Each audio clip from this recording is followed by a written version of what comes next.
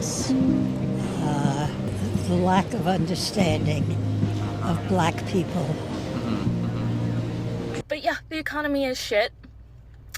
America is shit right now. Is America a systemically racist country? 100% yes. And I never understand when the right balks at this. We tell you that the government is corrupt, that it is evil. Why do we try to push back when people say it's racist? Acknowledging systemic racism is the first step towards creating a better world. But we cannot hope to dismantle something that we refuse to recognize. By acknowledging its existence, we validate the experiences of those who have been marginalized and oppressed for far too long. But acknowledgement is just the beginning.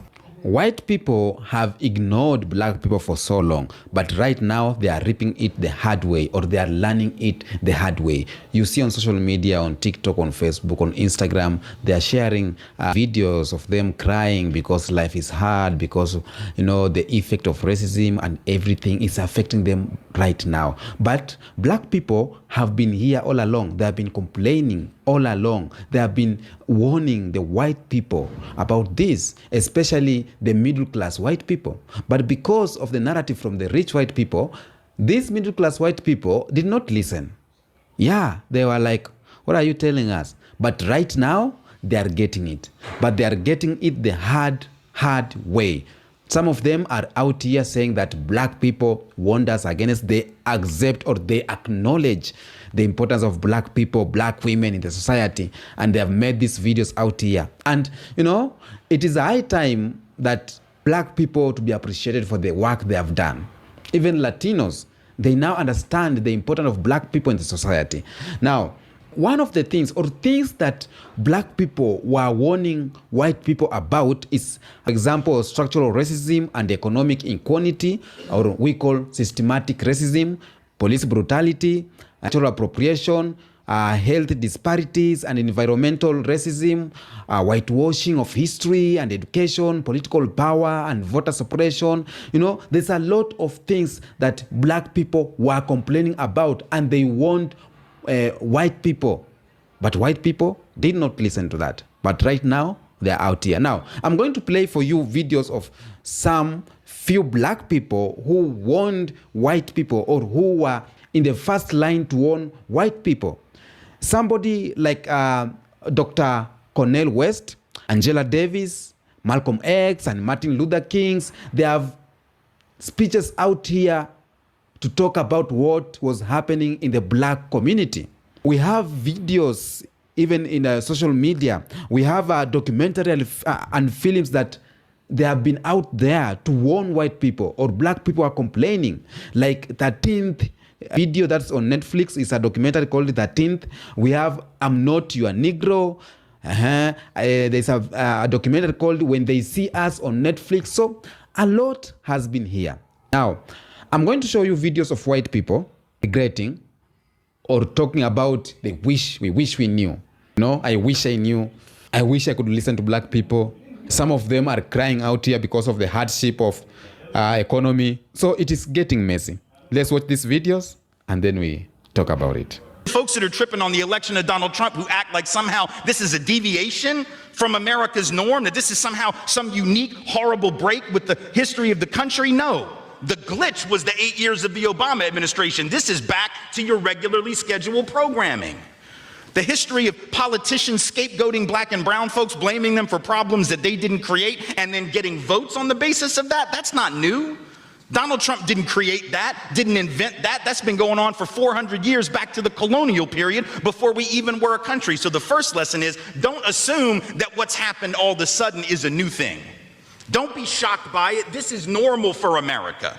Welcome to your country. The whole history of America is the history of rich white men telling not rich white people that their enemies are black and brown. It starts in the colonies of what would become the United States.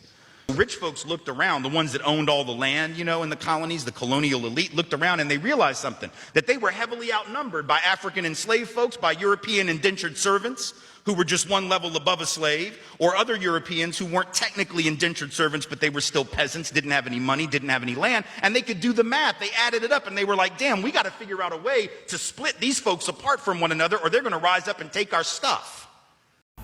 Systemic racism. It's a term that we often hear, but what does it truly mean? Systemic racism refers to the deeply ingrained structures within our institutions and culture that perpetuate racial inequalities.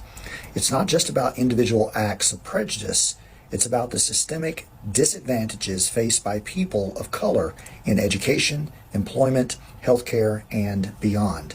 Acknowledging systemic racism is the first step towards creating a better world, but we cannot hope to dismantle something that we refuse to recognize. By acknowledging its existence, we validate the experiences of those who have been marginalized and oppressed for far too long. But acknowledgement is just the beginning. We must also commit to taking real action. This means actively challenging and changing the systems and structures that uphold racial inequality. It means listening to and amplifying the voices of those who have been silenced for far too long. It means investing in education, healthcare, and economic opportunities for communities of color. It means holding ourselves and our institutions accountable for our actions and inactions. Bringing about a better world requires uncomfortable conversations and difficult decisions. It requires us to confront our own biases and privileges. It requires us to stand in solidarity with those who are fighting for justice and equality. But it's worth it, because when we acknowledge and address systemic racism, we not only create a more just and equitable society for people of color, but we also create a better world for all of us.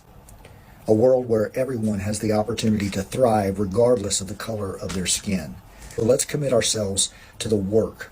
Let's acknowledge the reality of systemic racism and let's work together to dismantle it. Because only then can we create a world where everyone is treated with dignity, respect, and fairness. What does systemic racism look like? Well, in 2018, the Economic Policy Institute released a report 50 years to the day after the Kerner Report of 1968, which reported on the incredible wake of violence that erupted in the United States in the summer of '67. And the Policy Institute reported that there was zero progress in closing the gap between white and black America when it came to education, incarceration, and employment. Now, studies show that black newborns are 3 times as likely to die if they are cared for by white doctors. Statistics and evidence continue to show the racism in every stage of the criminal legal system. And poverty and homelessness reflect discrimination against black people and other people of color. And even when you do make it, that racism is there waiting for you. We just got reports of a black woman buying a home where the seller tried to back out after finding out the purchaser was black. Stories from across the country have indicated that in order to avoid lower valuations of their homes, black people are required to eliminate signs of blackness before any evaluation of the home is conducted. And just last week, it was announced that Merrill Lynch agreed to pay $20 million to settle a class action lawsuit against them, accusing them of race discrimination against some of those blacks who had made it, financial advisors. Allegations were that the black advisors were paid less, promoted less, and terminated at higher rates than their white colleagues. And there were specific allegations that this was based on company-wide policy and practice. Now, Merrill agreed to what was referred to as a programmatic relief program, which includes a review of the company's current and past diversity initiatives, as well as an analysis of their diversity metrics and pay equity. Now, of course, Merrill didn't admit any wrongdoing under this settlement. They claimed that the agreement was reached to resolve the matter so they could focus on the initiatives to assist black financial advisors and their clients. And in evaluating their claimed reason for the settlement, it's probably worth knowing that in August of 2013, Merrill also agreed to another settlement involving allegations of race discrimination, and that one was settled for $160 million. If you're looking for systemic racism and you can't find it, It may be the problem of not seeing the forest because of the trees. We know he's getting God and he no longer can be here. In honor of his legacy, we're not rioting, God. We're not shaming anybody, God. We're just humbling ourselves before you. Yes, Lord. You brought the thunder and rain today, God, because Satan takes a L today. Father, in Jesus' name, you get the victory. Father, we ask for forgiveness from our black brothers and sisters for years and years of racism, of systematic racism. Goes in when we standing on business. I'm a big stepper, underground methods, top-notch hoes. Did you know that FAFO is the same as when you let kids touch the stove, because you can only tell them so many times, don't do it, it's hot, don't touch it, it's hot, don't touch it, until they actually touch it, and then they don't touch it again. That's pretty much what FAFO is. We're treating them like toddlers. As an Afro-Latino, myself, we have to hold accountability for our actions.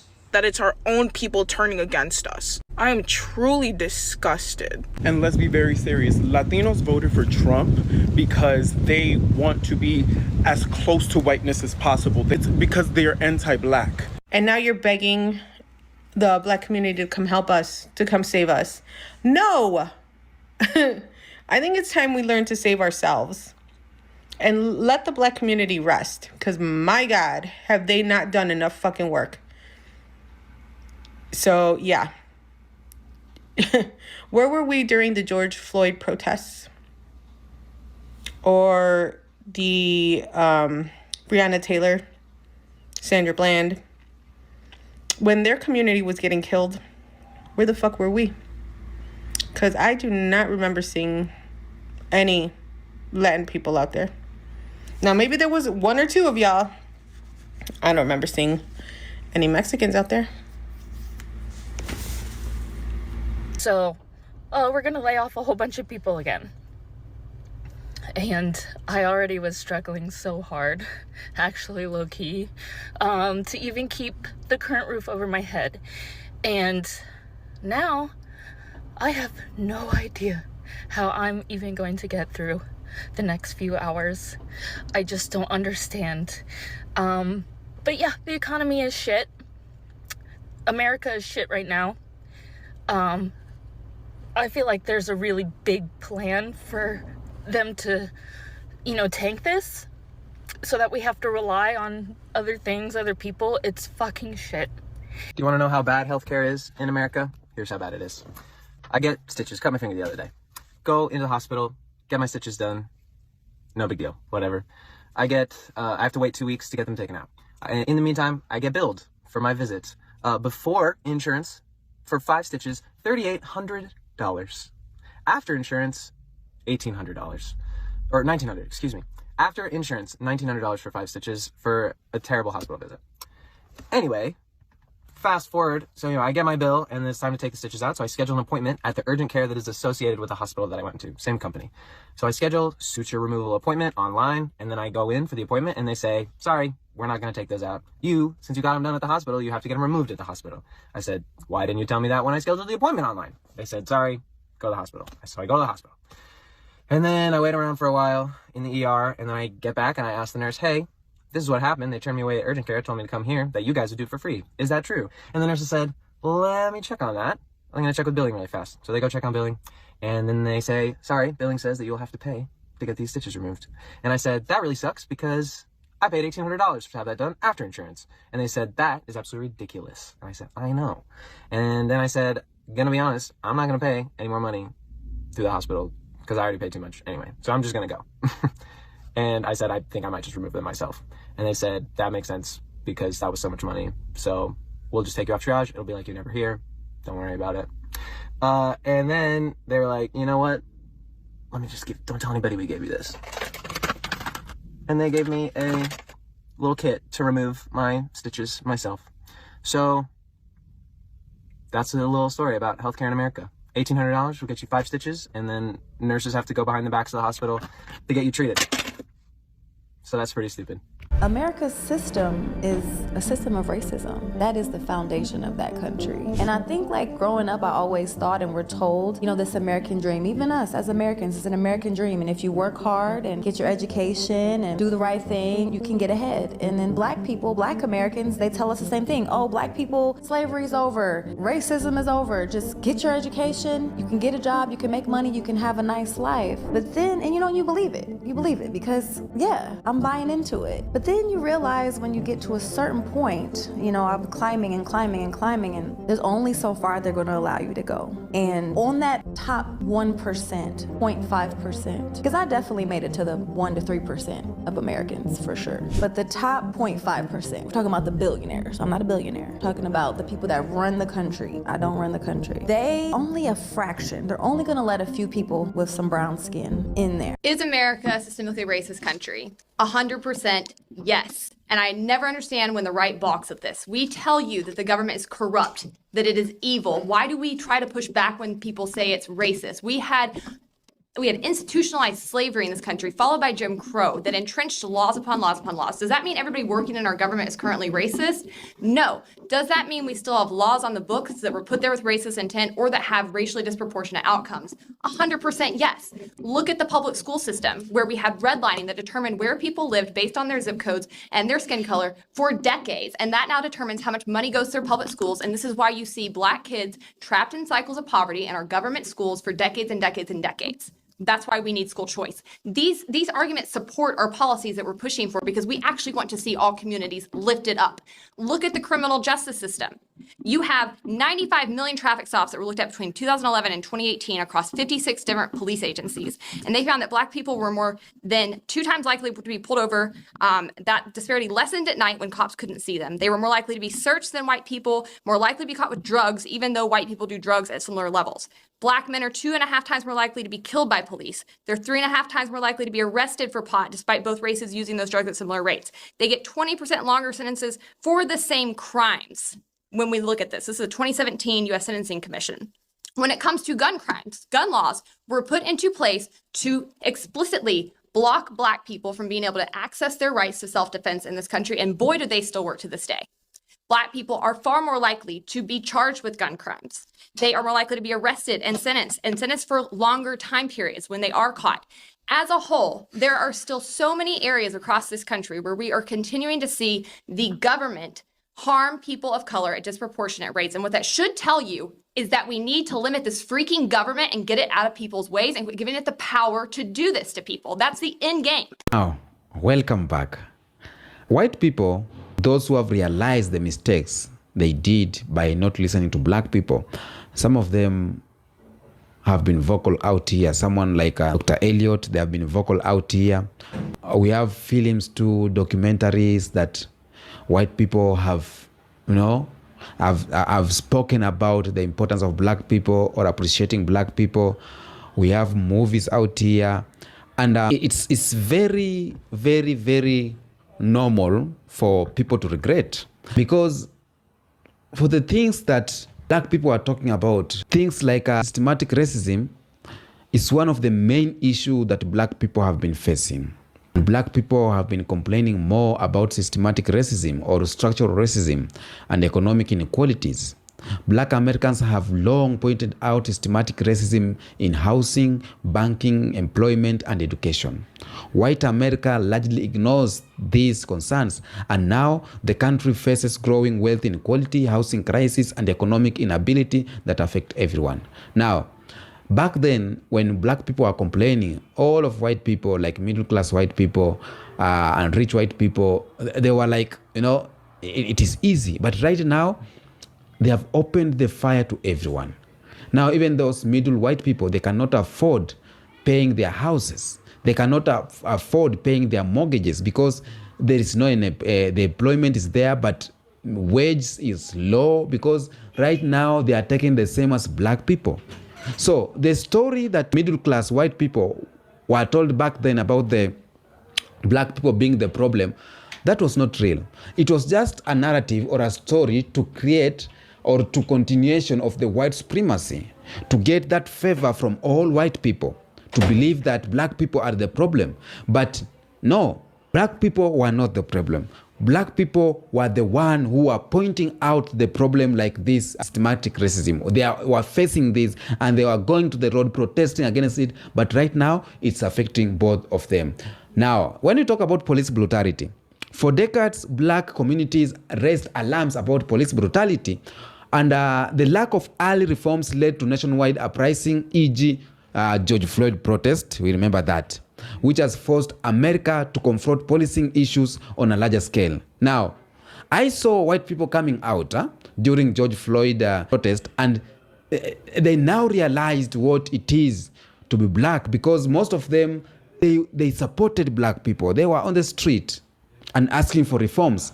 But black people complained about police brutality for so long. Okay. Issues like medical racism, food deserts, and environmental hazards in black communities were ignored. Now, these systematic problems have worsened public health outcomes for the whole country, especially the COVID-19 too, exposing healthcare disparities.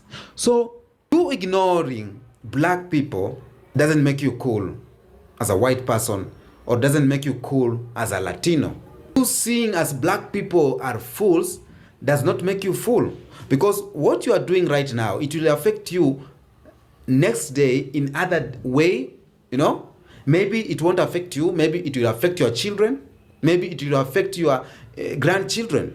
Because if white people could wake up and talk about racism earlier, back then, 200 years ago, right now we could have a very demure communities. White people were crying out here, they could have not been crying. Just recent occasion where black people warned people against voting for Trump, but they did not listen to them. Now they are out here regretting the consequences of voting for Donald Trump. White people are here crying over the consequences of ignoring economic inequalities. So it is evident that black people were there for the white people. Black people were there for the whole communities or whole races. What black people were fighting for was because of the interests of Latinos, interests of Asian Americans, and interest of white Americans, even if they didn't know that. Because right now, they are realizing that, wow, okay, these things black people are complaining about, it is happening right now. It is happening everywhere. Who else could know that a white man or a white woman could cry? No. Personally, or is it a stereotype? I didn't know that white people cry because of economy, because we all know white people are rich and the American dream was there. They were telling people, as long as you work, you just study, get your education and work, you will get rich. So we believed that with Oxford University, we believed with this American's university that everyone or every white man is rich. And again, the white supremacy is the main problem of the white people. How? Because when we see white people, we believe they are supremacy. They got everything. But deep down, this white person is going through a lot. He got problems. You know what I'm saying? This white person hasn't eaten. This white person does not have a house. He's sleeping outside. But he can't come and tell a black person that I'm suffering, because we believe you are supreme. So rich white people caused problems for all white community. I understand our black ancestors caused problem for the whole black community, but at least black people are realizing themselves and they are gaining the power. But now white people are losing because they are struggling to maintain that supremacy. They are struggling to maintain that, and it is hard. So I think black people have advantage here. So whatever black people were fighting for back then and they talked about and they were ignored, some of black people were mocked, some were killed, like the likes of Malcolm X, But right now, it is evidence that everything that was said was reality. And I think black people should realize how powerful they are. I think black people should now realize how important they are, because we are the real G's. Black people have been fighting for more than 400 years. Black people have been complaining. Black people have been living in a very poor conditions and racist community. Black people have been segregated, black people have been slaves, black people have been colonized, but we are still going on strong, fighting for our rights, etc., etc. But I may say this, just see white people having small problem, they're out here crying. It's so hard for you to see a black person on the internet crying because of the hardship of life. So hard. Because we have been, I think we have been made to be strong. I don't know who knew that we will go through a lot and made us strong, but black people have gone through a lot. And black people too, they have been so vocal in changing everything. Black people, they have been used to build cities here, to build empires here, out here. American empire has been built by the black people, and it will fall because now black people are realizing themselves and they are coming to Africa, turning their back on America. So even the white people, the middle class white people, now they are understanding. There's a video I've showed you of a old white lady saying that she regrets not understanding the black people. You know, the lack of understanding of the black people has led a lot of white people to problems, has led a lot of white people to have hatred, their hearts to be full, to be misery, because they did not understand what black people are going through. Unless you fit the shoes of a black person, you won't understand. Because as a white person, you only receive praises, you don't receive segregation, you don't receive discrimination. As a white person, they only respect you, you only receive respects. They don't, you are not disrespected in the community. Each and every race, they respect you. Black people respect you, white people respect you, Asian respect you, Latinos want to be like you. So white people have been there all along, knowing how easy life is. But right now, old white people, some of them, they are realizing that, I wish we could understand the struggle that black people are going through. Because it's only by understanding what black people are going through that you will end racism. It's only by understanding what black people are going through that you can end discrimination, or you can fight for systematic racism. You can fight for black people. Those who are going to protest of police brutality and everything, maybe they are doing it out of sympathy. It's not that they understand or they know. They are doing it out of sympathy.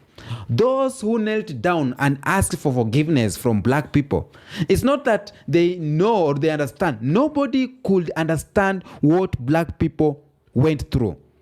It's only right now that the economy is hard, they know, poverty is not for black people only. It's for everyone. Only now that a white person and not be able to pay the hospital bills, now he or she will realize that, okay, it is hitting him or her that black people have been going through this.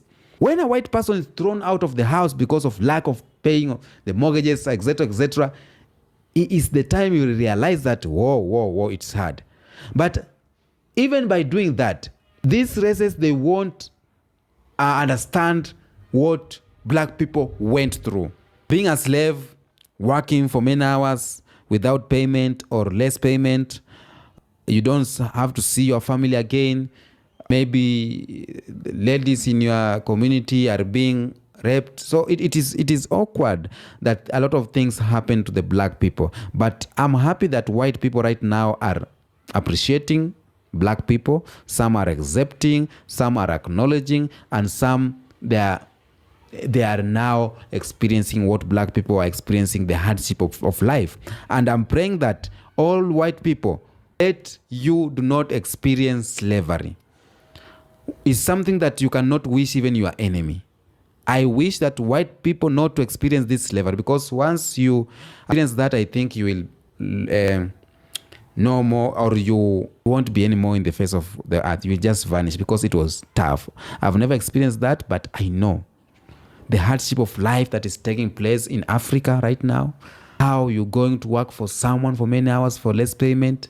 Rich people, I can imagine how our ancestors were going through, or black Americans, our brothers, in the hands of masters.